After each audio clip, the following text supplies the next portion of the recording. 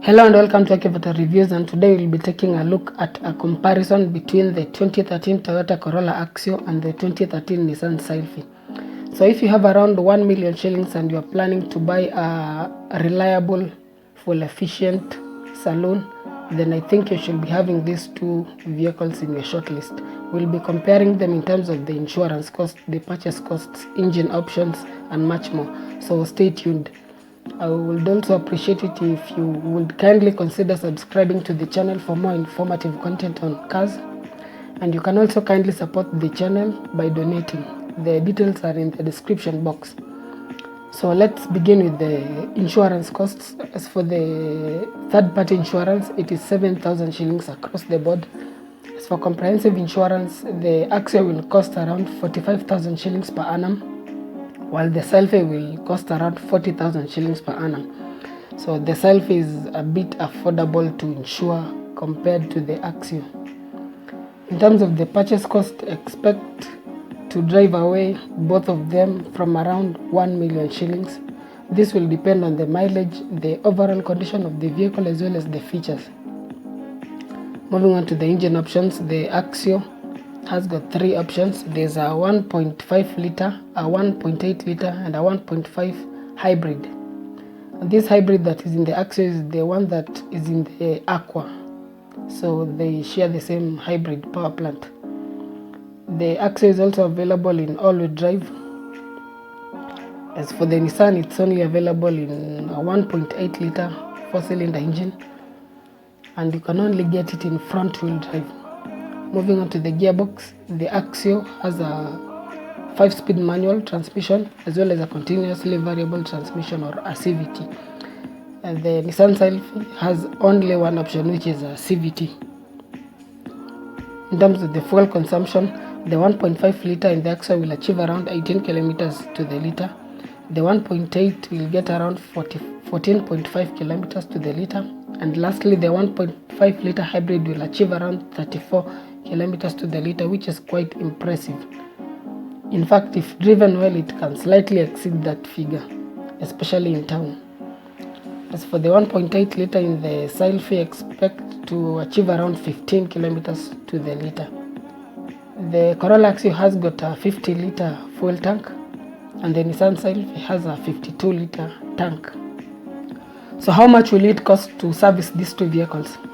Expect to spend around 8,000 shillings after every 5,000 kilometers on both vehicles. This figure will greatly depend on the quality of parts that you choose to use, as well as where you choose to service the vehicle. It is important to first compare the service charges from various places before deciding on exactly where to service your vehicle. In terms of the carb weight, the Axio weighs around 1,365 kilograms, and the Nissan Sylphy is a bit lighter. It weighs around 1,240 kilograms. So now let's talk about the exterior and interior designs of these two vehicles. I think the design of the Axio is basic, but at the same time it's neat. It's a design that will age well. It tends to look a bit narrow even compared to the previous generation. You can get it with projector light at the front and LED lights at the back. As for the Nissan Sylphy, again, I think it's a much better design compared to the previous version. It comes with LED lights at the back and daytime running lights at the front. In terms of the interior, the Axio has a well laid out interior with the AC vents at the top, the infotainment screen, then the air conditioning controls. There's also a center armrest with a bit of storage. The back seats have got adequate space for 3 passengers even on long journeys, even though it will feel a bit narrow. As for the boot, it is not as big as the one in the Sylphy. It also doesn't have a pass-through whereby you can access the boot from the back seats, but otherwise it can fit in maybe 2 large suitcases and a few soft bags. Moving on to the Sylphy's interior, I think this is where it really excels. At the front there's plenty of space, everything is well laid out. At the back there's also plenty of space for 3 passengers. The seats are comfortable, and there's that feeling of roominess and airiness.